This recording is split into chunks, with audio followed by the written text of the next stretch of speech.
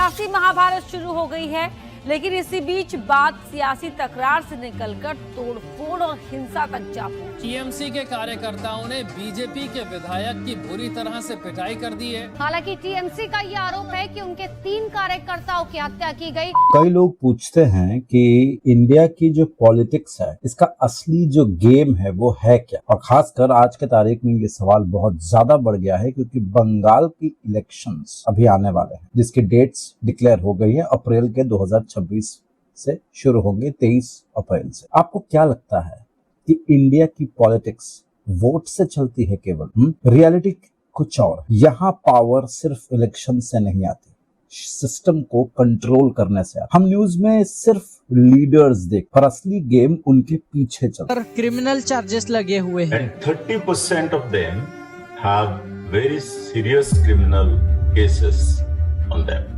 That number, in fact, has increased in the second phase. You can't let criminals drive your country, and also basic influence. If criminals are controlling your country, you are getting influenced by them. So it's a problem. Bureaucracy, money, media और strategy के through से ये game चलता है।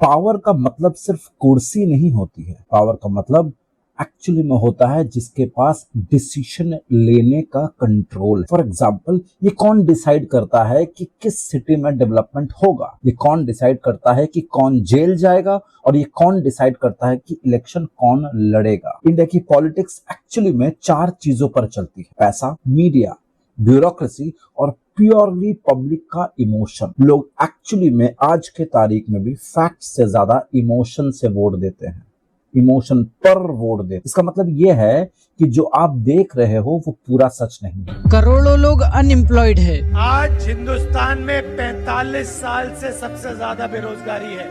युवाओं के रोजगार पर कोई बात नहीं करने के लिए तैयार। स्टूडेंट का पहला मुद्दा होता है रोजगार, क्योंकि पढ़ाई किया है, इतना डिग्री लिए है, ग्रेजुएशन कर चुके हैं और अभी तक रोजगार नहीं मिला।